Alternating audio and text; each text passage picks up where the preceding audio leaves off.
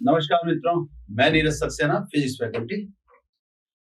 Last lecture में हमने electrostatic का चैप्टर 2 स्थिर विद्युत विभव एवं धारिता चालू कर दिया। पहले जो लेक्चर में हमने स्थितिज ऊर्जा, विभव, इनका बेसिक कंसेप्ट थोड़ा डिटेल में लिया था, है ना। उस बिहाफ पर अब चैप्टर आगे स्मूथली चलेगा, है ना। तो अब मैं चालू करने वाला हूं विद्युत विभव, है ना। तो अब अपन बात यहां से चालू करेंगे। पहला पार्ट चालू कर रहे हैं विद्युत विभव, है ना, यानी इलेक्ट्रोस्टैटिक पोटेंशियल, स्थिर विद्युत विभव। क्लियर।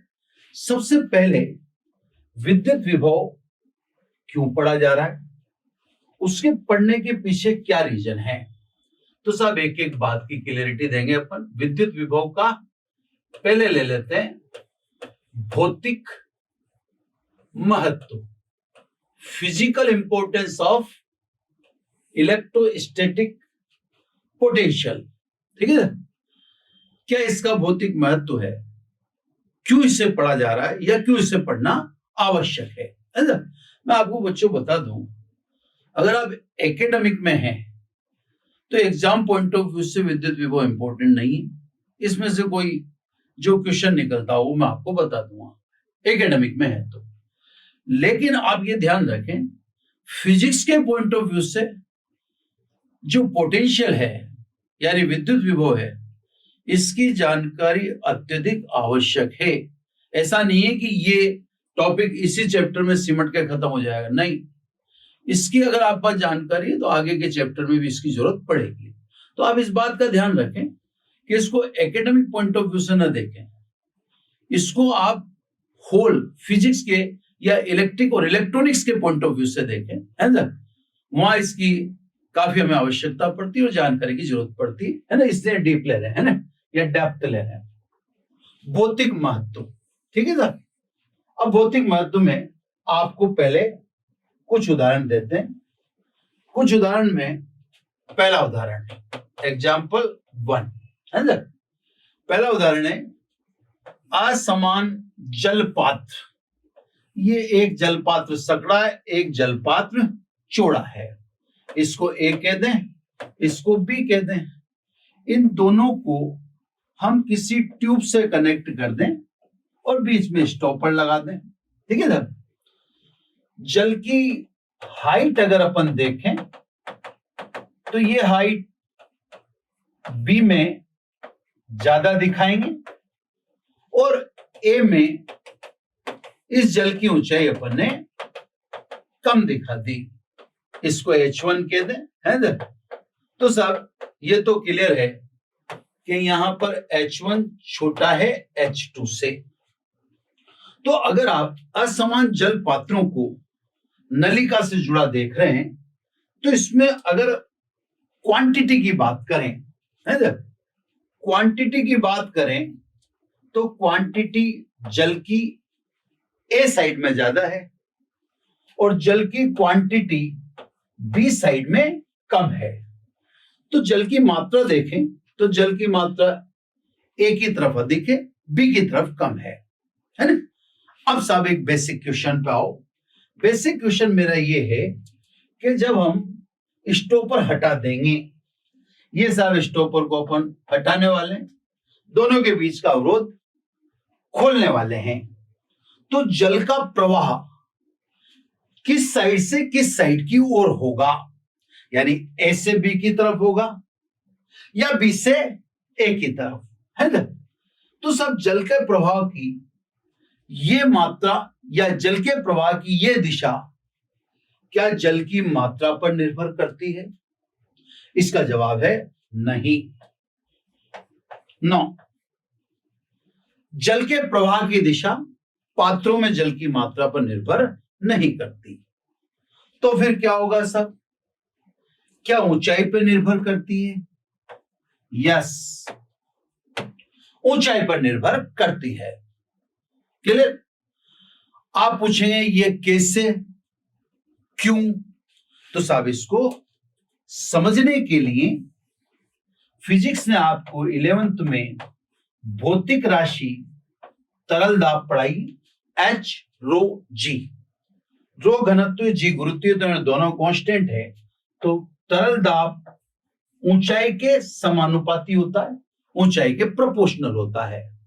तो सब हमने 11 में जब द्रव के बारे में पढ़ा है ना, यानी पृष्ठ तनाव, शांता आदि पोर्शन पढ़े, तो वहां हमें सिखाया गया कि जल के प्रवाह की दिशा जल स्तर की ऊंचाई निर्धारित करती है। क्यों करती है?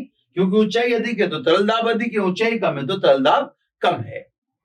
इसका मतलब जल के प्रवाह की दिशा मात्राओं पर निर्भर नहीं करती है, बल्कि जल के प्रवाह की दिशा को जानने के लिए भौतिक राशि तरल दाब का ज्ञान होना आवश्यक है, जिसके अनुसार तरल का प्रवाह सदैव उच्च जल स्तर से या उच्च द्रव स्तर से निम्न द्रव स्तर की ओर होगा।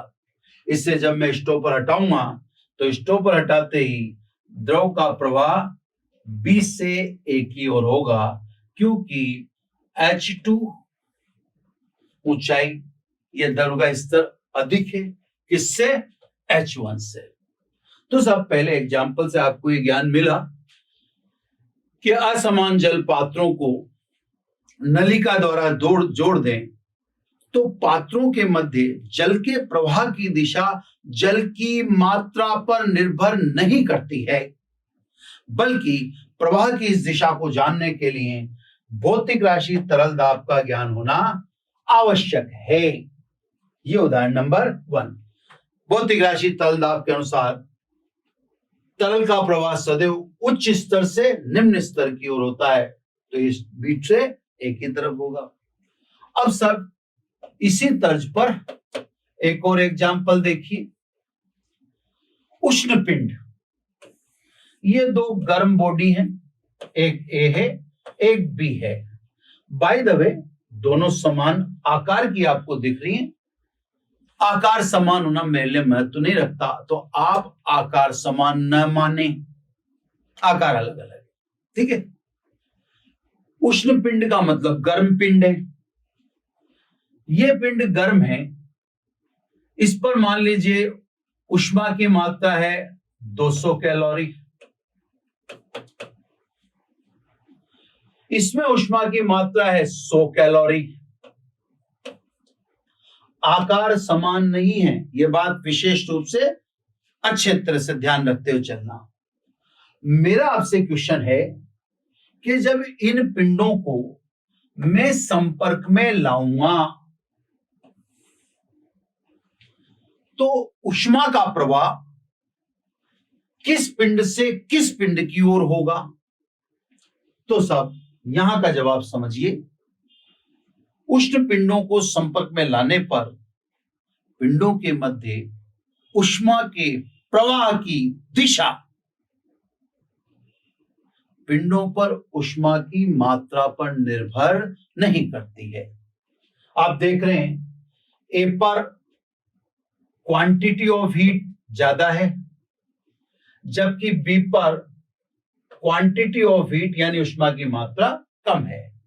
तो आप ऐसा सोच सकते हैं या आपको ऐसा लगता होगा कि इनको संपर्क में लाने पर ऊष्मा का प्रवाह ए से बी की ओर होगा, क्योंकि आपकी सोच कहती होगी कि ए पर ऊष्मा की मात्रा ज्यादा है। क्लियर? अब यहां भी आप ध्यान से समझिए। आपको 11 में भौतिक राशि ताप पढ़ाई गई है, टेम्परेचर। अगर आपने इसको बहुत ध्यान से पढ़ा है तो भौतिक राशि ताप वह राशि है जो उष्ण या ऊष्मीय या गर्म पिंडों को संपर्क में लाने पर पिंडों के मध्य ऊष्मा के प्रवाह की दिशा निर्धारित करती है। तो सब ऊष्मा के प्रवाह की दिशा ऊष्मा की मात्रा पर निर्भर नहीं करती, बल्कि भौतिक राशि ताप निर्धारित करता है कि ऊष्मा का प्रवाह किस पिंड से किस पिंड की ओर होगा। भौतिक राशि ताप के अनुसार ऊष्मा का प्रवाह सदैव उच्च ताप से निम्न ताप की ओर होता है तथा पिंडों के मध्य ऊष्मा का यह प्रवाह तब तक जारी रहेगा जब तक कि पिंडों के ताप समान न हो जाए। ऊष्मा की मात्रा से कोई लेना देना है ही नहीं। मान लीजिए इसका ताप T बराबर 20 केल्विन है और इसका ताप T बराबर 50 केल्विन है, तो डेफिनेटली टेम्परेचर किसका ज्यादा हुआ? पिंड बी का। तो संपर्क में लाने पर ऊष्मा का प्रवाह बी से ए की ओर होगा, यानी ऊष्मा के प्रवाह की दिशा खुद ऊष्मा निर्धारित नहीं करती। जल के प्रवाह की दिशा खुद जल की मात्रा डिसाइड नहीं करती या निर्धारित नहीं करती। जल के प्रवाह की दिशा तरल दाब निर्धारित करता है। ऊष्मा के प्रवाह की दिशा ताप निर्धारित करता है।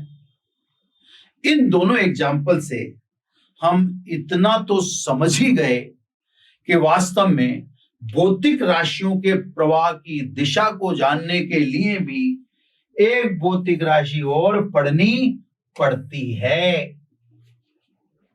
अब मैं आ जाता हूं विद्युत विभव का भौतिक महत्व। अब सब ठीक इसी प्रकार जो आपके सामने एग्जाम्पल 1 और एग्जाम्पल 2 हुए हैं, ठीक इसी प्रकार अब बात को ध्यान से समझिए। दो आवेशित पिंड, मैं आपको बार बार कह रहा हूं आकार समान नहीं है, ये तो अब मैं बनाता हूं, बन जाते हैं, फ्लो है ना। आप पिंडों के आकार को समान न माने, है ना। बनना एक अलग चीज है, वो एक फ्लो में ऐसा क्रिएशन हो जाता है। अब सब मान लीजिए इस पर आवेश है 40 माइक्रोकूलम, इस पर आवेश है 60 माइक्रोकूलम, मतलब दोनों पिंड आवेशित हैं। ये तो क्लियर हो गया। आकार इनका समान नहीं है। अब जैसे पहले दो उदाहरण थे वही क्वेश्चन मैं यहां पूछूंगा और आपको फिर भौतिक महत्व समझा दूंगा।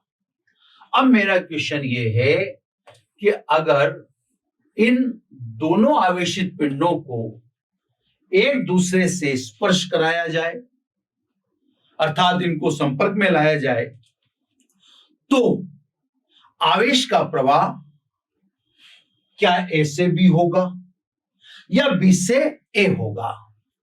इसका जवाब पहले दोनों उदाहरणों की भांति ही रहेगा। यानी जब आवेशित पिंडों को हम संपर्क में लाते हैं तो पिंडों पर या पिंडों के मध्य आवेश का प्रवाह पिंडों पर आवेश की मात्रा से डिसाइड नहीं होता है। आवेश प्रवाह की दिशा को जानने के लिए जैसे पहले दो उदाहरणों में भौतिक राशियां पढ़नी पड़ी थी, एग्जैक्टली आवेशित पिंडों को संपर्क में लाने पर उनके मध्य आवेश का प्रवाह जानने के लिए आपको पुनः एक भौतिक राशि पढ़नी पड़ेगी और वह भौतिक राशि है विद्युत या स्थिर विद्युत विभव। क्लियर साहब? अब आप सब पूरी बात को सुन लें। इस बात पर लाने के लिए आपको दो उदाहरण मैंने दिए। विद्युत विभव वह भौतिक राशि है जो आवेशित पिंडों को संपर्क में लाने पर उनके मध्य आवेश के प्रवाह की दिशा का निर्धारण करता है। क्लियर सब? तो सब आवेश के प्रवाह की दिशा किससे बताएंगे आज के बाद? विद्युत विभव से। क्या आवेश की मात्रा से बताएंगे? क्या आप कहेंगे कि ये 60 माइक्रोकूलम है, ये 40 माइक्रोकूलम है, तो आवेश बी से ए की तरफ जाएगा? नहीं। आवेश प्रवाह की दिशा पिंडों पर आवेश की मात्रा से निर्धारित नहीं होती है। आवेश प्रवाह की दिशा पढ़ने के लिए, जानने के लिए भौतिक राशि विद्युत विभव का ज्ञान होना आवश्यक है। क्लियर सब? तो साहब विद्युत विभव आवेशित पिंडों के मध्य वह भौतिक राशि है जो पिंडों को संपर्क में लाने पर उनके मध्य आवेश प्रवाह की दिशा का निर्धारण करती है। आवेश सदैव उच्च विभव से निम्न विभव की ओर प्रवाहित होता है, या यूं कहते हैं धन आवेश सदैव उच्च विभव से निम्न विभव की ओर प्रवाहित होता है, जबकि ऋण आवेश सदैव निम्न विभव से उच्च विभव की ओर प्रवाहित होता है। हम धन आवेश की बात करें, जैसे मान लीजिए यहां वोल्टेज लिख दिया मैंने 40 वोल्ट, यहां वोल्टेज लिख दिया मैंने 30 वोल्ट, तो धन आवेश का प्रवाह 40 वोल्ट से 30 वोल्ट की ओर होगा। तो धन आवेश सदैव उच्च विभव से निम्न विभव की ओर प्रवाहित होता है, जबकि ऋण आवेश बिल्कुल उल्टा, सदैव निम्न से उच्च विभव की ओर प्रवाहित होता है। तो सब आवेश प्रवाह की दिशा किसने निर्धारित की? विद्युत विभव। आवेश तो इस पर 40 माइक्रोकूलम है, फिर भी आवेश का प्रवाह ऐसे कम हो रहा है क्योंकि इस पर वोल्टेज ज्यादा है, इसका वोल्टेज कम है। तो सब इलेक्ट्रिक पोटेंशियल डिसाइड करता है कि आवेश किस दिशा में प्रवाहित होगा। पिंडों के मध्य आवेश का यह प्रवाह तब तक जारी रहता है जब तक कि विभव समान नहीं हो जावे, अर्थात समान विभव पर आवेश का प्रवाह संभव नहीं है। मान लीजिए ये दो बॉडी है ए और बी, दोनों पर वोल्टेज 50 वोल्ट है। आवेश कुछ भी हो, आवेश आप इस पे 100 माइक्रोकूलम के दो, इस पे 200 माइक्रोकूलम के दो, उससे मुझे कोई लेना देना है ही नहीं, लेकिन दोनों का विभव क्या है? समान है, 50-50 वोल्ट। इन दोनों पिंडों को आप संपर्क में लाएंगे तो इनके मध्य आवेश का प्रवाह संभव नहीं है, क्योंकि दोनों समान विभव पर। आवेश की मात्रा भले ही कुछ भी हो, तो सब पिंडों के मध्य आवेश का यह प्रवाह तब तक जारी रहता है जब तक कि पिंडों पर विभव समान होने हो जाए, अर्थात समान विभव पर आवेश का प्रवाह संभव नहीं है। इसके संदर्भ में आपको मैं कुछ चीजें समझा देता हूं। जैसे मान लीजिए आप खुद भी अगर 200, 500, 800, 1000, लाख वोल्ट पर बैठ जाएं, पर पूरी बॉडी, आपके शरीर का कोई अंग इस विभव से अलग पर नहीं होना चाहिए, पूरी बॉडी समान विभव पर होनी चाहिए। तो आप कितने ही वोल्टेज पर बैठे हों, कितने ही वोल्टेज पर बैठे हों, आपका कुछ भी बिगड़ने वाला नहीं है, क्योंकि विभव समान है। आवेश प्रवाहित नहीं हुआ, और आवेश प्रवाह की दर को धारा कहते हैं, मतलब धारा उत्पन्न होगी ही नहीं। धारा उत्पन्न होती है तो ऊष्मा उत्पन्न होती है, ऊष्मा उत्पन्न होती है तो बर्न हो जाता, आदमी जल जाता है। मैं आपसे सीधा सा एक क्वेश्चन करूं, आप आसमान से गिरे और आपने मान लो कोई बिजली चलता हुआ या बिजली का वायर पकड़ लिया, सिंगल वायर, और आप हवा में लटके हुए हैं। ऊंचाई से गिरने के कारण मरे वो अलग बात है, लेकिन आपको बिजली का झटका नहीं लगेगा, बिजली से नहीं मरेंगे आप, क्योंकि आपने दोनों हाथ से एक ही तार पकड़ रखा है। एक ही तार पकड़ रखा है तो आपकी पूरी बॉडी समान विभव पर है ना। विदेशों में, स्पेशली अमेरिका वगैरह में, चालू लाइनें चेंज करते हैं बाय हेलीकॉप्टर या अदर। आप चालू लाइनें चेंज कर सकते हैं क्योंकि आप विभव के अंतर पर नहीं हैं, आप समान विभव पर हैं, है ना। आपने देखा होगा पक्षी हैं आदि इत्यादि तारों पर बैठते हैं, समान विभव है, विभव समान है तो स्वाभाविक आवेश का प्रवाह नहीं होगा, तो धारा की उत्पत्ति नहीं होगी। तो आपने आज तक पक्षी का बिगड़ता हुआ नहीं देखा। बंदर, मोर आदि में या आदि के कारण कई बार नुकसान होता है। शरीर बड़ा है, ये एक साथ दो तारों के संपर्क में आ जाते हैं। मोर भी लंबा है, शरीर बड़ा है, तो एक साथ दो तारों के संपर्क में आ जाते हैं, और अगर वो दोनों तार समान विभव पर हैं तो बंदर और मोर का भी कुछ नहीं बिगड़ रहा। लेकिन अगर उनमें एक तार उच्च विभव पर है, एक तार निम्न विभव पर है, तो फिर विभव के अंतर के कारण आवेश का प्रभाव होगा, मतलब धारा उत्पन्न होगी। तो सब पक्षी हैं। अगर मैंने बंदर और मोर का भी आपको बता दिया समान विभव पर इसके शरीर है, तो इनका भी कुछ बिगड़ने वाला नहीं है। तो ये एक ऐसा फैक्ट है जिसको आप समझ के रखिएगा कि समान विभव पर डरने वाली आवश्यकता नहीं है, क्योंकि समान विभव पर आवेश का प्रभाव पॉसिबल ही नहीं है, होता ही नहीं है। अगर होता तो फिर इतना बेसिक पढ़ाने का कोई मतलब है ही, है ना। इसीलिए मोर पक्षी वगैरह जो भी मैंने आपको पूरा किस्सा सुनाया, है ना। आप भी अगर समान विभव, आप मान लो 2 तारों पे भी पकड़े हुए हो और दोनों तार समान विभव पे, तो आपका भी कुछ बिगड़ने वाला नहीं है। लेकिन आप उस परिस्थिति से निकलें तो आपको ये ध्यान रखना पड़ेगा कि क्षण भर के लिए भी विभव का अंतर पैदा नहीं होना चाहिए, है ना। आप कई जगह देख सकते हैं, मान लो ट्रेन के ऊपर, इलेक्ट्रिक ट्रेन के ऊपर वायर है, जो भी आदमी पकड़ लेता है वो तुरंत मर जाता है, क्योंकि उसका पैर ट्रेन पर है और हाथ वो उस वायर में लगा रहा है जिसमें धारा प्रवाहित है, तो विभव का अंतर आ गया। हाँ, अगर वो आदमी उचक कर, मतलब ट्रेन का संपर्क छोड़ दे, उचक कर उन तारों को पकड़ ले और ट्रेन से मुक्त हो जावे, ट्रेन संपर्क में नहीं रहे, तो व्यक्ति समान विभव पर रहेगा। समान विभव पर धारा का प्रवाह या आवेश का प्रवाह संभव नहीं। तो ये सब इतनी जो इस पर अपन ने बात की, उसका रीजन है कि आप इन चीजों को दिमागी रूप से या दिमागी तौर पर अपने अंदर बिठा लीजिए कि समान विभव पर आवेश का प्रवाह संभव नहीं होता है। क्लियर सर, है ना। अब आ जाइए सब, धन आवेशित पिंड के विभव को धन विभव कहते हैं,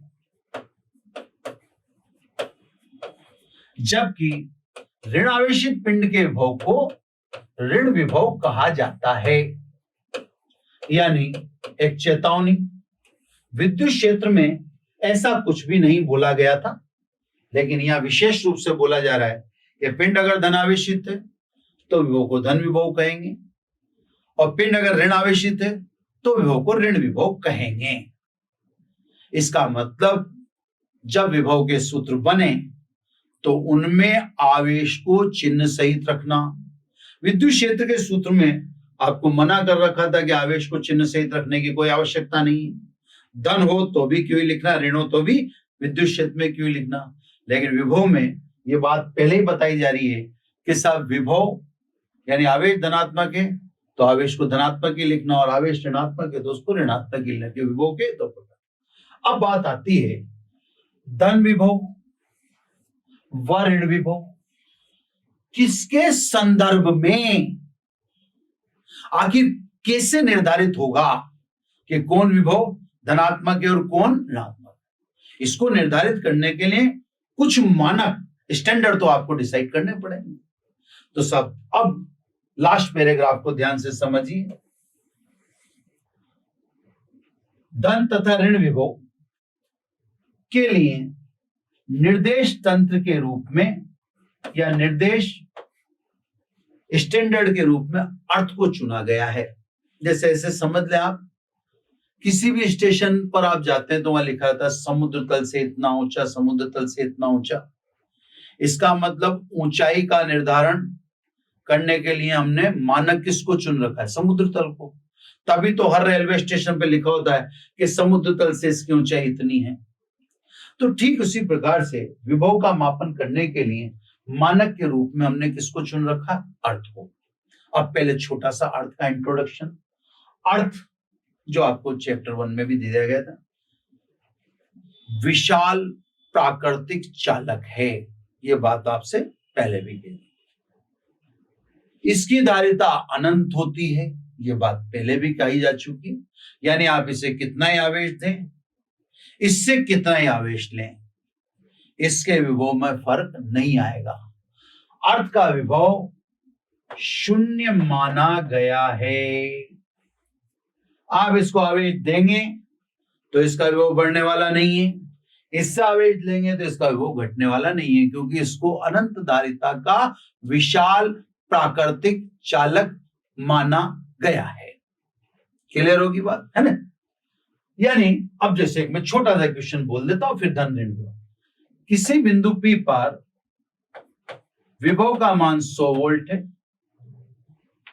और P व Q के मध्य विभवांतर का मान 100 वोल्ट है। छोटा सा क्वेश्चन। यह तब है जब मानक पृथ्वी का विभव कितना मान है? 0।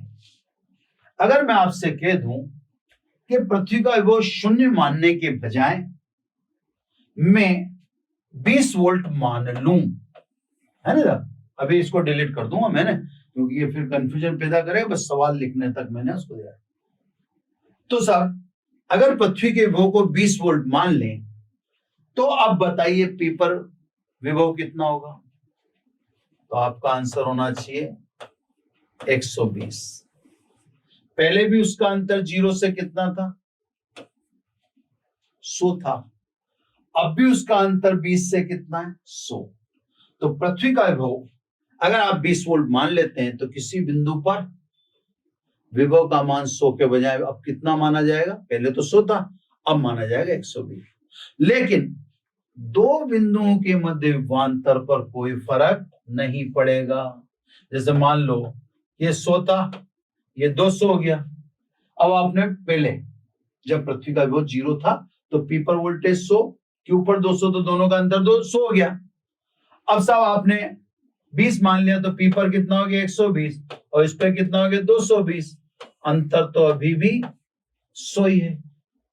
तो साहब अगर पृथ्वी के विभव को 0 के अलावा कुछ और मान लें तो क्या किसी बिंदु पर विभव परिवर्तित हो जाएगा? हाँ।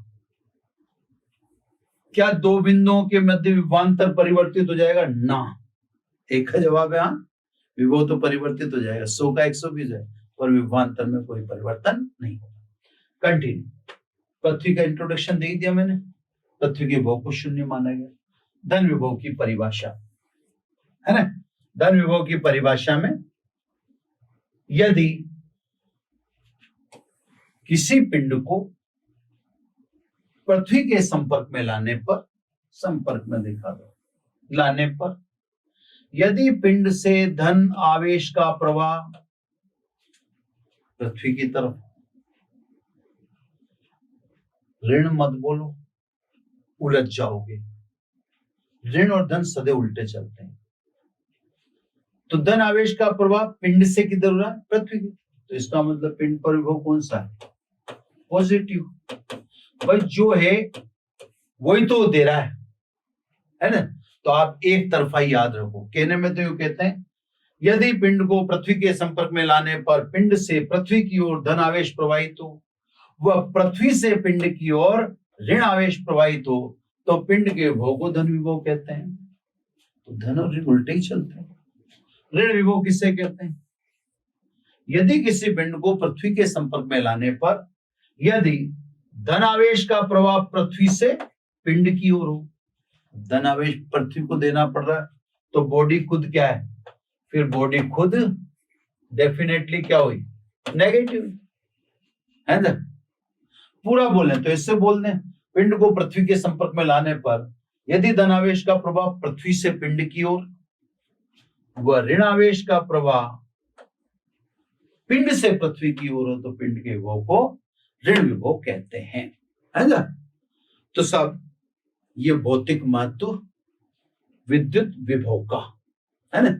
इस भौतिक महत्व में आपको बता दिया गया मोटे तौर पर कि विद्युत विभव वह भौतिक राशि है जो आवेशित पिंडों को संपर्क में लाने पर पिंडों के मध्य आवेश प्रवाह की दिशा का निर्धारण करती है। धन आवेश उच्च से निम्न विभव की ओर, जबकि ऋण आवेश निम्न से उच्च विभव की ओर। देखो, निम्न से उच्च विभव की ओर, उच्च से निम्न विभव, है ना, प्रवाहित होता है। और आवेशों का प्रवाह तब तक जारी रहेगा जब तक कि विभव समान है। उसके उदाहरण दी थी। चलो सर, ये भौतिक महत्व खत्म, है ना। अब भौतिक महत्व के बाद हम विभव, विभवांतर, इनकी परिभाषाएं देंगे और इनसे संबंधित बात करें, है ना। तो सब में पहले कल जो बीता दिन था उसका लेक्चर आपको बता दूं। आवेश Q0 को विद्युत क्षेत्र में A से B स्थानांतरित करने के लिए किया गया कार्य WAB UB minus UA minus Q0 A से B E डॉट dr, ये अपन ने कल के लेक्चर में आपको बताया हुआ है। इसको तो अपन ने स्थिति ऊर्जा का अंतर कहा था। आवेश Q0 को अगर आप अनंत से B शिफ्ट करते हैं जो r दूरी पर है, तो कार्य अनंत B है ना, ये B पर स्थिति ऊर्जा कहलाता है। Q0 अनंत से B लिख दो या अनंत से R लिख दो, वो अपन ने कल डिसाइड कर लिया था। A डॉट dr हमने ये भी बता दिया था कि हम लिमिट से पहचान जाते हैं, लोअर लिमिट अनंत है तो हम समझ जाते हैं स्थिति ऊर्जा है, और अगर लोअर लिमिट अनंत नहीं है तो हम समझ जाते हैं कि ये स्थिति ऊर्जा नहीं है बल्कि स्थिति ऊर्जा का अंतर है। ठीक है ना। अब आ जाइए सब अपने मूल कार्य की तरफ बढ़ते हैं अपन। अब पहले परिभाषा देते हैं विद्युत विभव। Clear sir? इलेक्ट्रिक पोटेंशियल है ना, विद्युत विभव कैपिटल V है ना। वो पुराना मटेरियल अपने काम का है, यानी पुराना मटेरियल का मतलब कोई बहुत पुराना नहीं, जो अपन ने कल पढ़ा था उसी मटेरियल की बात कर रहा हूं। ठीक है, मैंने आपको कल सारा बेसिक समझा ही दिया था। स्थिति ऊर्जा के लिए कोई मात्रा विस्थापित करनी पड़ेगी अनंत से, और विभव के लिए एकांक या इकाई मात्रा स्थापित करनी पड़ेगी अनंत से। तो आपको मैंने कल डिटेल में समझा दिया। उस एपिसोड को आप 10 बार देखो, 20 बार देखो, अगर उसको गहराई से समझ लिया तो आधा चैप्टर क्लियर है। विद्युत विभव, वही बात बोल रहा हूं, आप टैली करना उस कल के एपिसोड को सुन के। अनंत से, क्योंकि विभव बोल रहा हूं, विभवांतर बोलता तो अनंत से नहीं बोलूंगा, विभवांतर बोलूंगा तो विद्युत क्षेत्र में बोलूंगा, है ना। अनंत से एकांक धनावेश को, स्थिति ऊर्जा में मैंने कहा था Q0 को, लेकिन यहां मेरे को इकाई मात्रा लेनी है तो मैंने कहा एकांक धनावेश को। बस ये एक शब्द का अंतर है, बाकी स्थिति ऊर्जा और विभव की परिभाषा आपको सेम मिलेगी। बिना त्वरण वर्णन नहीं बोलूंगा मैं, लेकिन बाकी आप देखना परिभाषाएं सेम मिलेगी, केवल एक शब्द चेंज करूंगा। वहां के कहा था मैंने परीक्षण आवेश Q0 को, यहां मैं उस शब्द की जगह लूंगा एकांक धनावेश को, बस और कुछ नहीं। तो सब अनंत से एकांक धनावेश को विद्युत क्षेत्र में किसी बिंदु तक विस्थापित करने में क्षेत्र के विरुद्ध किए गए कार्य को उस बिंदु पर विद्युत विभव कहते हैं। Clear sir? क्योंकि कल हमने पढ़ा है Q0 को अनंत से विद्युत क्षेत्र में बिंदु B विस्थापित करने में किया गया कार्य कितना है? W अनंत B, यह लिखा था मैंने। तो एकांक धनावेश के विस्थापन में कार्य कितना हुआ? Q0 को अनंत से B विस्थापित करने में कार्य इतना है, तो एकांक धनावेश के विस्थापन में कार्य W अनंत B अपॉन Q0, इसे ही बिंदु B पर विभव कहते हैं। यही बिंदु B पर विभव है। इन जनरल पर आप जाओ तो जनरली इसे कहो V is equal to W upon Q।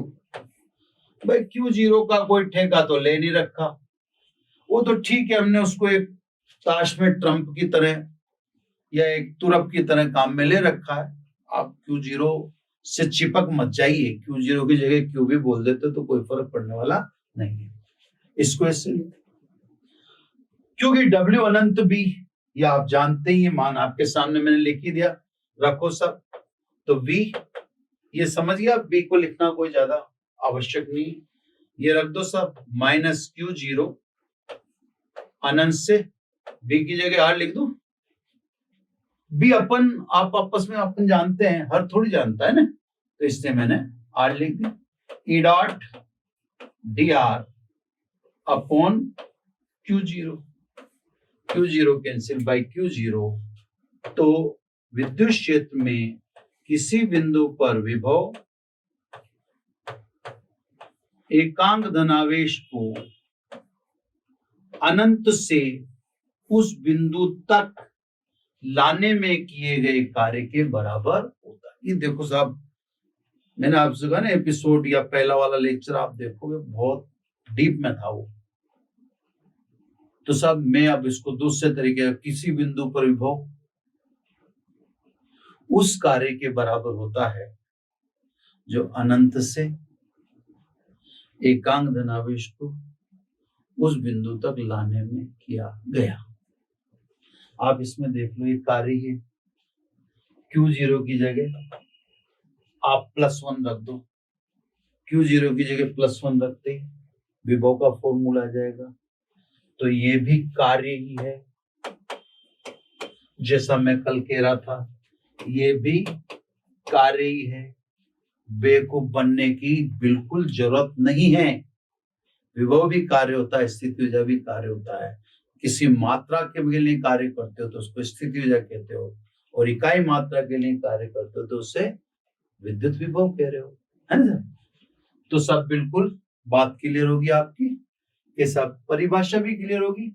अनंत से एकांक धनावेश को विद्युत क्षेत्र में किसी बिंदु तक लाने में क्षेत्र के विरुद्ध किए गए कार्य को उस बिंदु पर विद्युत विभव कहते हैं। ये कार्य अपन ने कल निकाल ही लिए थे, अनंत से बिंदु बी तक लाने में किया गया कार्य W, तो एकांक धनावेश के लिए कार्य हो गया। आ जाइए, अब मेरे पास पेज में चाहता हूं, इसी पेज में आपको सब समझा दूं, तो कोशिश इस पेज पर बने रहने की कर रहा हूं। थोड़ा सा कंजस्टेड हो सकता है, VB माइनस VA, है ना, देखते हैं, है ना, जहां तक कोशिश होगी। पेज एक्चुअली क्या है, इसी पेज पे वर्क भी है, तो आपको आ जाएगा। आपका दिमाग कहना चाहिए कि अब आप विभव नहीं बोल रहे हैं, अब आप विभव का अंतर बोल रहे हैं। जब आप अंतर बोल रहे हैं तो इसका मतलब आपके दोनों ही बिंदु विद्युत क्षेत्र के अंदर हैं, दोनों ही बिंदु विद्युत क्षेत्र के अंदर है। तो परिभाषा में ऑटोमेटिक चेंज आ जाएगा। बोलना तो कार्य ही है, लेकिन अब अनंत से लाने में नहीं बोलना। विभव विभवांतर में मात्रा तो इकाई रहेगी, लेकिन अब दोनों बिंदु विद्युत क्षेत्र में है। तो सब सिंपल सी बात है, एकांक धनावेश को विद्युत क्षेत्र में, विद्युत क्षेत्र में, अब इन्फिनिटिव नहीं जा रहे, एकांक धनावेश को विद्युत क्षेत्र में किन्हीं दो बिंदुओं के मध्य विस्थापित करने में किए गए कार्य को उन बिंदुओं के मध्य विभव का अंतर कहते हैं। क्योंकि कल हमने पढ़ा था Q0 को A से B, ये दोनों बिंदु विद्युत क्षेत्र में थे, है ना, लाने में कार्य का मान WAB होता है, जो ये मैंने सामने रख रखा पिछले लेक्चर का। तो सब Q0 को A से B विस्थापित करने में किया गया कार्य WAB, तो एकांक धनावेश को विस्थापित करने में किया गया कार्य WAB अपॉन Q0, ये B व A के मध्य विभवांतर कहलाता है, जो मैंने परिभाषा आपको भी दी थी, है ना। यानी शेप लगभग वैसा ही है ना, वही W अपॉन Q। WAB की वैल्यू आप पुट कर दो, VB minus VA is equal to, ये वैल्यू पुट करोगे आप Q0 A से B, R1 से R2 भी लिख सकते हो, कोई फर्क नहीं पड़ता। जब अपन पढ़ते हुए एक मैच्योरिटी लेवल पे आ जाते हैं तो फिर सिंबल, साइन, ये चीजें फिर हमारे को, हमें परेशान नहीं करती, इनमें मिसिंग हो जाए कोई चल जाता है।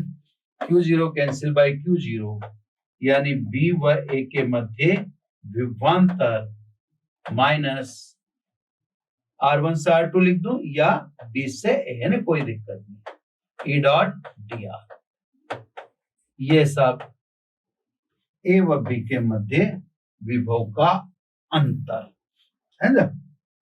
ये तो विभव समीकरण 1 और ये समीकरण 2, विभव का अंतर। दोनों के बीच में अगर आप देख रहे हो वो ढंग से, तो दोनों के बीच में फर्क किसका है, वो अनंत से है, इससे वो विभव, ये अनंत से नहीं है, ये B से है ना, इससे विभव का अंतर है ना। तो ये विभव और विभवांतर। अब यहां पर एक बात को ध्यान से समझिएगा, क्या बात है ध्यान से समझने वाली बात, E यानी विद्युत क्षेत्र हम पिछले चैप्टर में पढ़ ही चुके हैं, तो इन फॉर्मूलाज में आप E पुट करिए, E डालिए, जो आपने पढ़ रखे ना V आ जाएगा, तो सब डायरेक्ट फॉर्मूला आ गया आपके सामने। इन फॉर्मूलाज में E रखिए, V तुरंत आ जाएगा, इसलिए ये चैप्टर इजी है, क्योंकि E है। अब बस E पुट करते जाएंगे और E पुट करके तुरंत क्या निकालते जाएंगे, V निकालते जाएंगे, है ना। तो सब इन सूत्रों सब काम चल जाएगा, ज्यादा दिमाग लगाने की आवश्यकता है ही नहीं। अब छोटी छोटी बातें मैं आपको समझाता हूं जो विभव से रिलेटेड है ना। अब सम इम्पोर्टेंट है ना, इम्पोर्टेंट में ज्यादा महत्वपूर्ण बातें नहीं, फिर भी मैं बताता चलता हूं जैसे जैसे उसमें अपन लेते हैं, है ना। तो सब पहली बात तो विभव और विभवांतर दोनों ही अदिश राशि है, स्केलर क्वांटिटी है। तो स्वाभाविक है ये आपके लिए खुशखबरी हो सकती है, क्योंकि जहां अदिश राशि होती है तो फिर वहां न्यूमेरिकल कंपैरेटिवली आसान हो जाते हैं, वो न्यूमेरिकल फिर कठिन नहीं हो पाते, है ना। क्योंकि अब किसी बिंदु पर विभव प्रत्येक आवेश के कारण विभव के बीजगणितीय योग के बराबर, सदिश योग का तो मतलब ही नहीं, क्योंकि सदिश राशि यही नहीं तो सदिश योग करना ही क्यों, है ना। तो कहने का मतलब जब अदिश राशि है तो बीजगणितीय योग करोगे, सदिश राशि है तो, है ना। अगली बात, विद्युत क्षेत्र एक संरक्षी क्षेत्र है, संरक्षी क्षेत्र है तो उसमें किया गया कार्य पथ पर निर्भर नहीं करता है। इसलिए ये जो आपको दिख रहा है अनंत से R E dot dr, B से A E डॉट dr, इसको विद्युत क्षेत्र का रेखा समाकलन कहते हैं। ये कहलाता है विद्युत क्षेत्र का रेखा समाकलन। ये सब हालांकि अभी तो इसकी बहुत ज्यादा आवश्यकता नहीं है, लेकिन जब अपन लास्ट चैप्टर पढ़ेंगे तो वहां एक जार आवश्यकता पड़ेगी। तो विद्युत विद्युत क्षेत्र एक संरक्षी क्षेत्र है, इससे आवेश के विस्थापन में किया गया कार्य पथ पर निर्भर नहीं करता।